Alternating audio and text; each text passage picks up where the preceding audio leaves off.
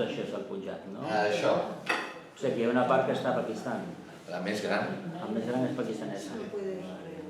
De fet, la majoria, quan diem un pakistanès, gairebé la meitat, bueno, és que no ho he fet molt bé, No, no passa res. però diguem, si aquí hi ha Delhi, és el Punjab, virtualment, i aquí hi ha Lahore, i aquí posaríem Amritsar. Amritsar. Amritsar. De fet, això seria més aviat així. Bueno, més o menys. Doncs ja aprofito abans que comencem, no? Que comencem en 5 minuts? Sí, 5 minutets. Perfecte. Aquí poso 4 paraulotes. Que així quan les digui, quan no les pronunci, tot el món.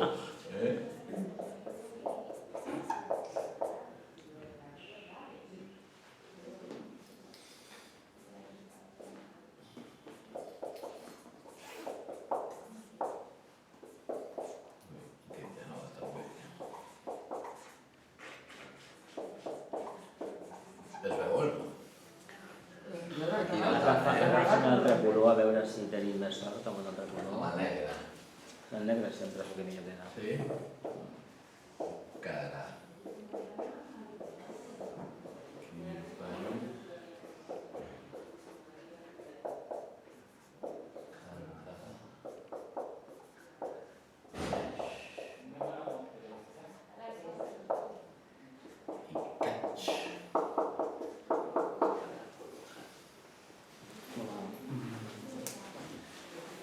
Ja aprofito.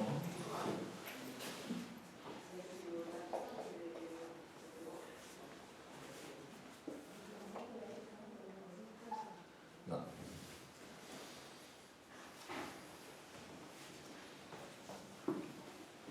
Així no m'aixeco després.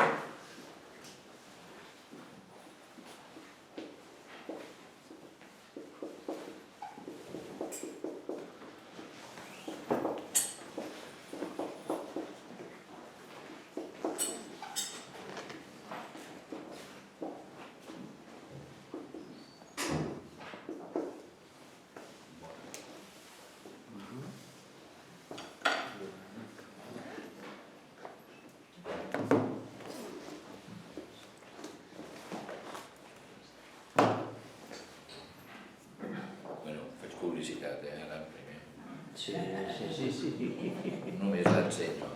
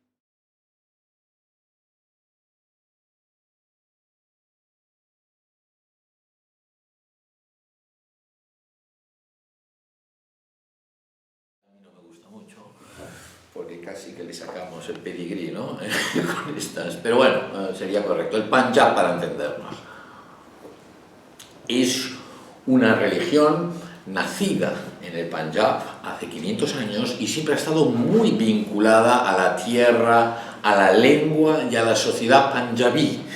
Y quizás este origen local y por su juventud, que no tiene más de 500 años, pues desde luego no es tan conocido como el hinduismo, como el budismo o incluso con el jainismo, que aunque no es una religión muy conocida, por su antigüedad y su peso histórico, pues hay gente que ha oído hablar. El sikhismo es el gran desconocido de Occidente y sin embargo hasta hace muy poco el primer ministro de la India, no el actual, el anterior, el señor Manmohan Singh, que tenía barba y un turbante muchas veces azul, era un sikh, era alguien de esta comunidad o de esta religión. Y hasta el año pasado el jefe de las Fuerzas Armadas de la India era otro sikh. Por lo tanto, casi que las dos personas de mayor poder del Estado eran dos miembros de esta comunidad. Incluso si algunos recordáis, los que tengáis más edad, que hay personas bastante jóvenes aquí, todos somos bastante jóvenes,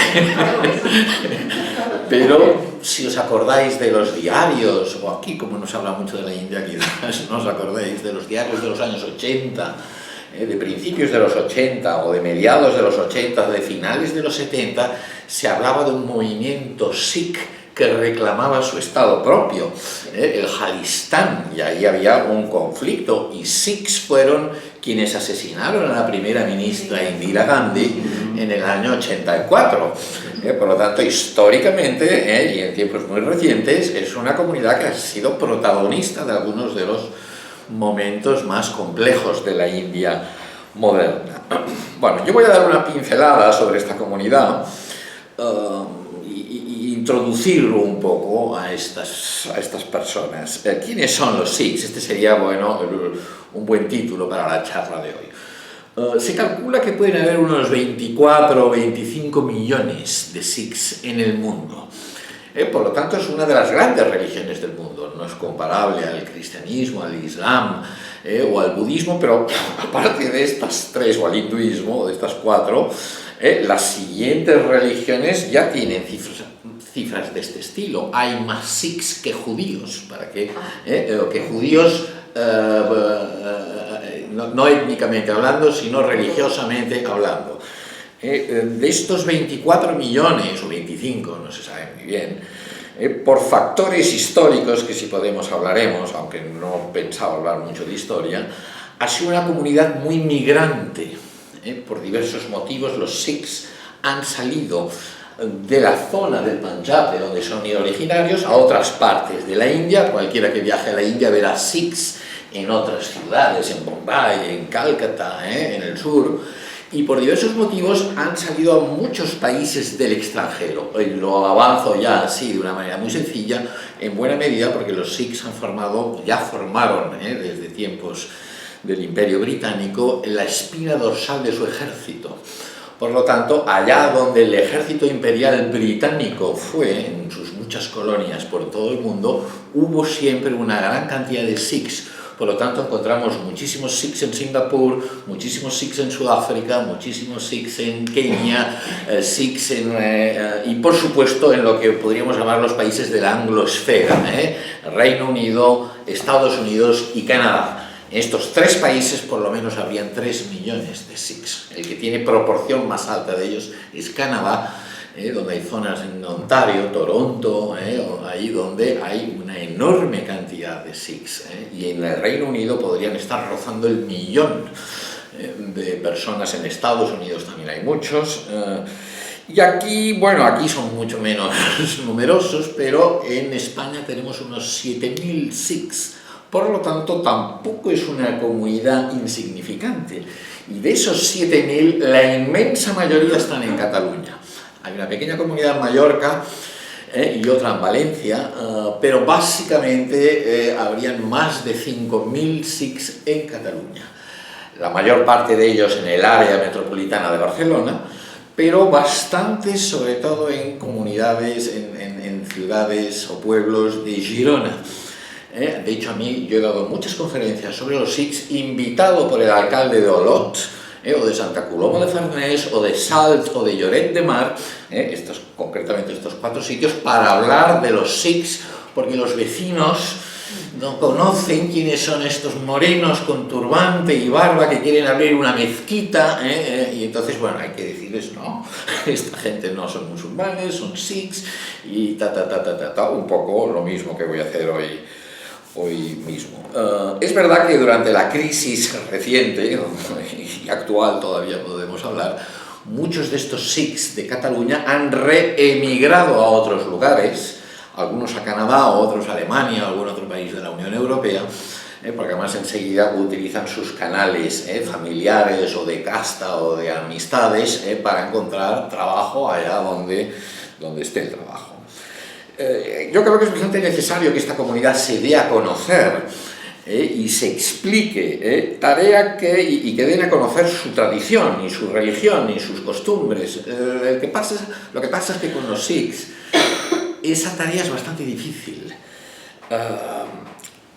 porque como buena comunidad india, o índica, podríamos decir, están muy acostumbrados a vivir en una sociedad extremadamente multicultural y plurirreligiosa, como es la India, donde cada uno se autorregula y no tienen necesidad de ir a explicar, nosotros somos estos, porque llevan siglos y siglos y siglos conviviendo, a veces con tensiones, no, eso no es para idealizar la India, sino esa es la realidad de la India, conviviendo distintas religiones, distintas sectas, distintos grupos, distintas castas, distintos grupos étnicos, y nadie tiene, y todo el mundo un poco se ha autorregulado a sí mismo, por lo tanto no tienen que ir a explicar, nosotros somos estos. Ocurre que aquí en Europa y quizás más en los países del sur de Europa, que tenemos otro tipo de tradición, quizás un poco de explicación de quiénes son iría bien para que los vecinos supieran con quién tienen al lado, ¿no? Ellos, de alguna manera, por esa costumbre tan índica de autorregularse y mantener su endogamia estricta matrimonial, hay una gran tendencia entre todos los grupos indios, las comunidades indias, a casarse entre ellos, a estar entre ellos, pues por sus propias tendencias no toman esa iniciativa. Bueno, conferencias como las que yo doy o libros como este que yo he escrito es un poco para mirar de romper. Yo hoy voy a dar así una horita de introducción a quiénes son estos Sikhs, no como Sikh, yo no soy un Sikh, no soy de origen Sikh, soy autor de un libro sobre ellos, sin embargo, pues sí soy un conocedor de la India, un viajero de la India desde hace 40 años, un nieto de indios, por lo tanto, aunque no es la comunidad familiar de mi familia, que es de otra zona y que no tiene vínculos en principio con los Sikhs, como persona fascinada por el fenómeno cultural y religioso y espiritual, creo que vale la pena entender, incluso para entender nuestra propia sociedad, que inevitablemente se ha hecho plural, y tenemos que tener algún referente de quiénes son estos grupos que están hoy en día con nosotros. Bueno, pues acabamos a las 8:30, va a ser difícil para mí. Tranquilo. Sí.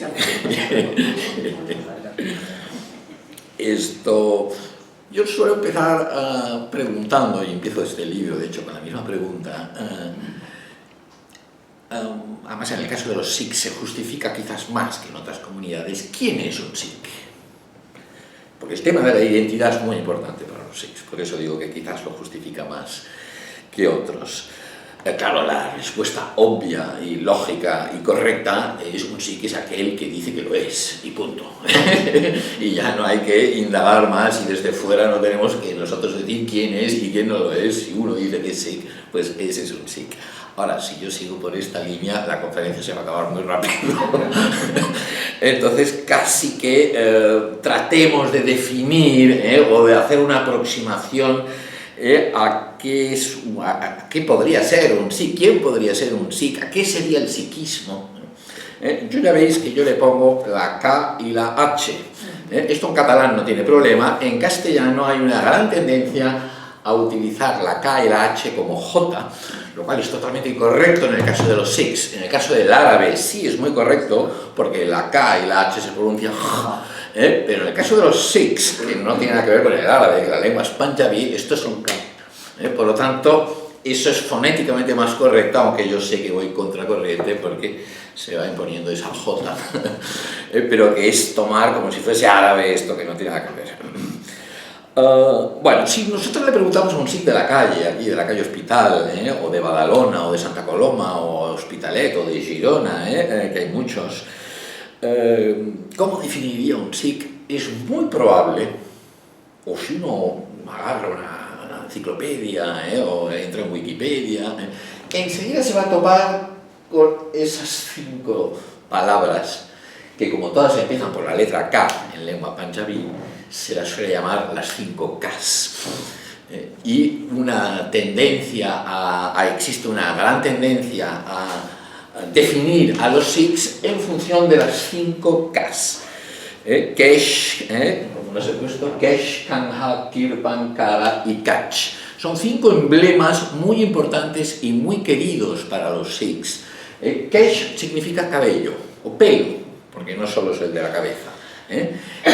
Es el pelo y con la implicación de sin cortar. Por lo tanto, esa sería una de las características de los Sikhs, es que no se cortan el cabello, ni la barba, ni el vello, ni ninguna... ya se entiende, ¿no? Kanha es una peineta que se ponen los Sikhs, normalmente ellos que van con el pelo sin cortar, se lo atan en un moño, que lo atan junto a esa peineta. Como va debajo del turbante, no se suele ver el Kanha. Pero es otra de las Ks comunes en los Sikhs. Kirpan es un símbolo muy querido también de la tradición, y ya veréis, ya con lo que he dicho antes del ejército y con Kirpan, ya veréis que lo marcial está siempre muy asociado a los Sikhs. Es como un puñal. Antiguamente era una espada, ahora suele ser una cosa más simbólica, más pequeñita, un puñal, una daga, que suelen llevar los Sikhs aquí al cinto. Kara es una pulsera circular. Cada uno de estos símbolos, un verdadero símbolo, es una mina de simbología. Kara es el símbolo circular de lo divino, en fin, yo no voy a entrar aquí, quisiera ahondar en el libro, a veces hablo poco, pero es una pulsera circular que llevan muchos Sikhs. Y Kach, este es de las 5 Ks, la que menos se ve, porque es un calzón, es un calçotet que llevan los hombres, que va bien para ir a caballo, es como un short que llevan, pero como lo suelen llevar debajo de los pantalones o de la túnica o de lo que lleven, pues tampoco suele verse, pero forma parte también de las 5 Ks. Y de hecho casi todo el mundo, cuando hablamos de los Sikhs, reconoce al Sikh como el hombre con barba y turbante. Es verdad que hay otros indios que llevan barba y turbante que no son Sikhs, pero parecería que todos los Sikhs sí llevan barba y turbante. Bueno, eso sería lo que uno a primera vista se encontraría, y sin embargo yo estoy muy en desacuerdo con esta imagen de los Sikhs. Y ahora lo voy a explicar. En primer lugar, solo un 15% de los Sikhs, de la comunidad Sikh, ha tomado una iniciación, un bautismo, en una fraternidad, que hablaré de ella más adelante, que obliga a portar los símbolos de las 5 Ks.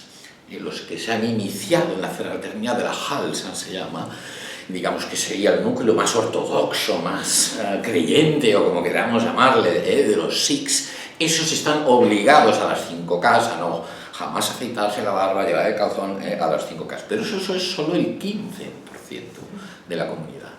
Hay un 70% de Sikhs, o sea, una gran mayoría de Sikhs, que no se han iniciado en esa fraternidad, pero que de alguna manera reconocen que sus símbolos representan un poco la línea más ortodoxa, y tienden, según los contextos, a portarlos, sobre todo el caso de la barba. Los otros no está tan claro, pero nada les obliga a ello, y de hecho muchos Sikhs de aquí, como el aspecto de un hombre barbudo con turbante a veces para comercio, por ejemplo, asusta al catalán que entra en el bazar a comprar, pues si fuera la barba, fuera el turbante, fuera la daga, fuera todo eso, y eso no le impide de seguir siendo un Sikh. De hecho, hay otro 15% de Sikhs, y con eso hemos llegado ya al 100%, que deliberadamente no llevan ni la barba sin cortar, ni la daga, ni nada, y pues yo podría tener pinta perfectamente de un Sikh. De estos son un poco morenos, porque son del Punjab, pero nada los distingue de otro Punjab y de otro indio, de otra zona. Y eso eso solo es la mitad de los Sikhs. Luego hay el 50% de Sikhs que son mujeres y que evidentemente no llevan barba y que aunque podrían, nada impide que lleven turbante, y algún caso muy raro, pero muy raro lo lleva, pero en principio las mujeres panjabis no llevan el turbante, llevan en todo caso un pañuelo que utilizan. Sí que es verdad que hay algunas sectas sikh, pero son muy, sobre todo los Gora Sikhs, los que hay aquí, catalanes conversos, algunos de algún grupo, seguidores de Jogi Bhajan, que las mujeres tienden a llevar el turbante. Pero si uno se va al Punjab, donde hay 23 millones de Sikhs, es muy difícil que vea una mujer con turbante, aunque como ya habéis visto, el turbante no es ninguna de las 5 Ks. Es casi va ligada al kesh, al cabello, que es la más importante de las 5, pero no es un requisito ni siquiera obligatorio. Pero como las mujeres evidentemente no van con el puñal, no van con el calzón, no van con la barba sin cortar ni cosas de estas, podríamos decir que ni siquiera un 40% de los Sikhs llevan barba y turbante. Por lo tanto, yo creo que atendiendo a esto es importante no reducir los Sikhs a aquellos que van con barba y turbante. De hecho, si lo miramos históricamente, hasta los 1850, eso en la India es antes de ayer, realmente muy pocos Sikhs llevaban barba y turbante. Entonces, de ahí uno se puede preguntar, entonces, ¿por qué este cliché, ¿no? Este estereotipo del Sikh con barba? Bueno, pues a veces necesitamos categorías rápidas para manejar, y los Sikhs son los que llevan barba y turbante, un poco por superficialidad, pero yo creo que hay que hacer un poco el esfuerzo de ir un poco más allá, y también por el interés de esa ortodoxia Sikh, que ellos han promovido mucho la idea de que sí, para ser Sikh es obligatorio el cumplimiento de las 5 Ks, lo cual en ningún lugar se especifica. Es obligatorio para los que se ordenan en la fraternidad de la Khalsa. Lo que ocurre es que la ignorancia de estas cuestiones, o de quiénes son nuestros vecinos, o de quiénes son estas comunidades que ahora forman parte de nuestro horizonte cultural y social, conduce no solo a grandes malos entendidos, sino incluso a cosas un poco patéticas y dolorosas. La primera víctima en Estados Unidos, después del famoso y nefasto atentado del 11 de septiembre del 2001, la primera víctima que fue el día siguiente, fue un pobre Sikh, que era un gasolinero, trabajaba en una gasolinera de Arizona, y fueron unos patriotas estadounidenses, al verlo con barba y turbante, un talibán, bueno, no sé, un musulmán, uno de Al-Qaeda, y ¡pumba!, se lo cargaron. Incluso aquí, el año pasado, no, fue un poco más, hace un par de años, aquí hay varios templos Sikhs en el área de Barcelona, y sobre todo hay uno en Santa Coloma y hay uno en Badalona, y ahí había una pintada en la pared de su templo que ponía «Talibán vés-te'n a casa teva», ¿no? Bueno, talibán, es confundir, ¿no?, la gimnasia con la magnesia, en fin. E incluso ese desconocimiento es el que lleva también, aunque siempre hay partes que pueden ser comprensibles, a que los vecinos se opongan a que los Sikhs abran sus templos en Olot, en Lloret o en Santa Coloma, y luego pues tengamos que hacer esa labor para dar a conocer un poco esa comunidad. Por lo tanto, yo me olvidaría de las 5 Ks, aun reconociendo la importancia que tiene para ciertos Sikhs y para otros que las tienen muy presentes, aunque no sea obligatorio para ellas. Y yo, para definir, y eso va a ser el grueso de mi charla, quiénes son estos Sikhs y qué es el sikhismo, me voy a centrar en 3 palabras, también para seguir lo de las 5 Ks, pero que serán las 3 Gs. Eso no es tradición, así como esto sí es Panch Kakar, que quiere decir 5 Ks en Punjabi. Las 3 Gs, esto es un invento mío. ¿No? Bueno, no es mío, de hecho es de un scholar Sikh canadiense, Harjot Oberoi, y yo se lo he plagiado porque va bastante bien. ¿Qué significa la palabra Sikh?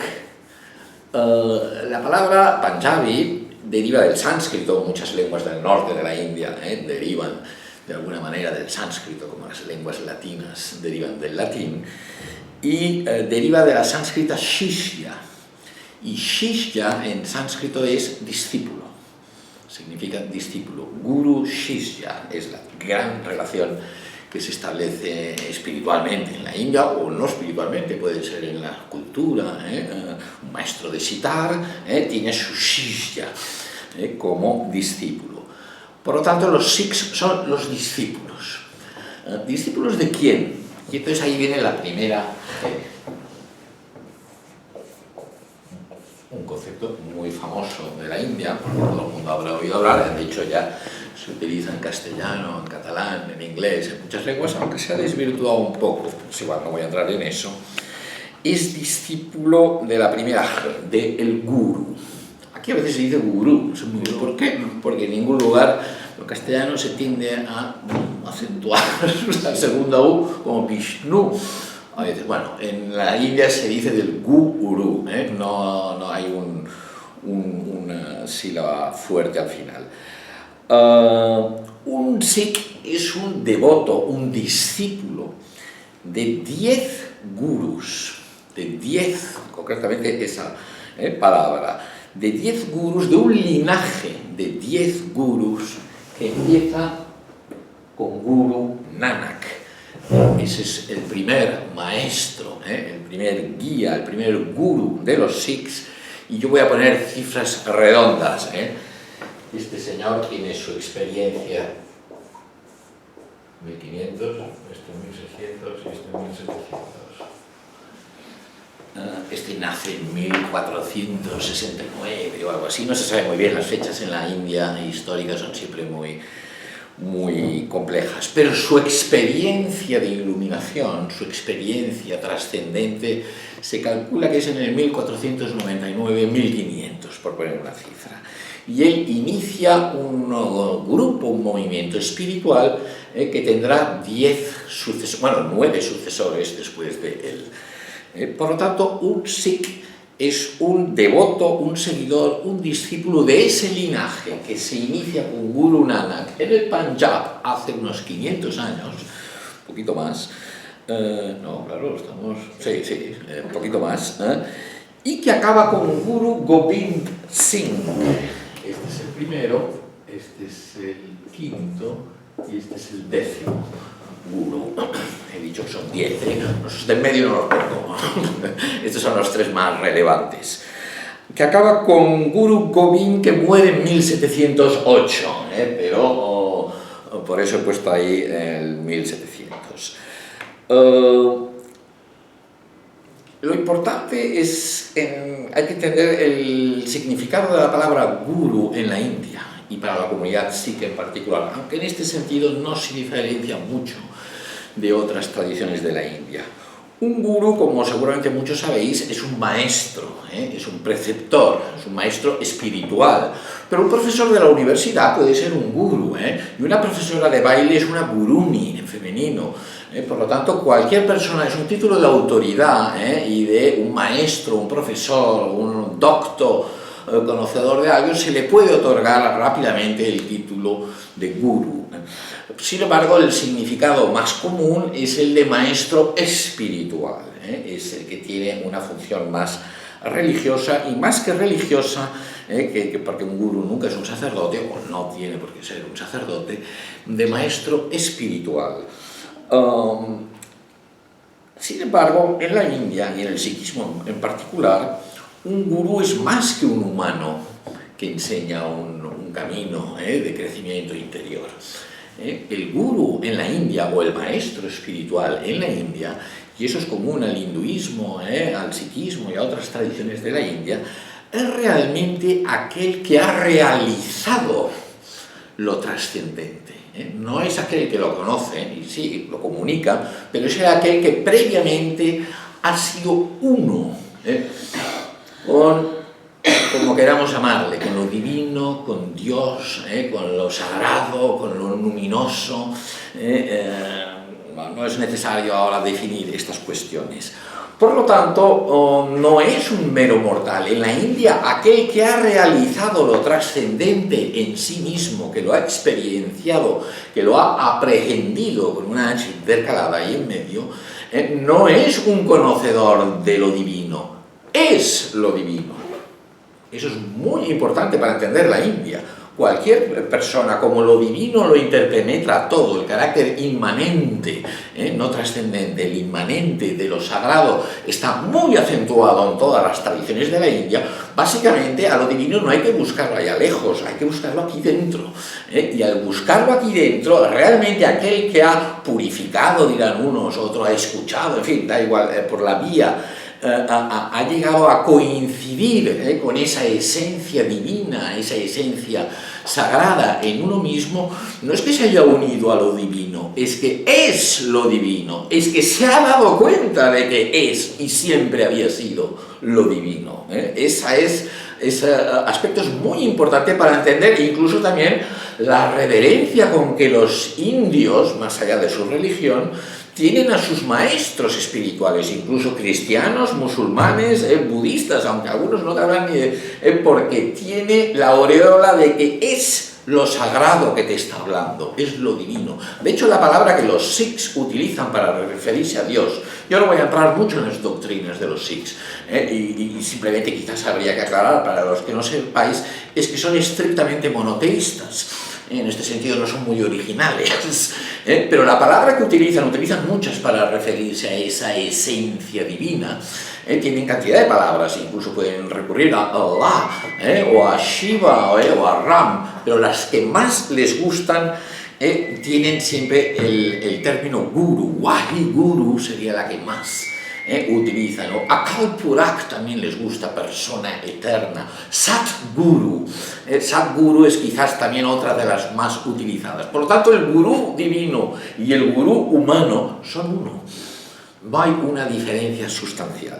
De ahí que en el libro sagrado de los Sikhs, del cual enseguida voy a hablar, cuando los gurús, los 10 gurús, firman sus himnos, es un libro que tiene toda una himnología mística muy interesante, todos firman con el mismo nombre.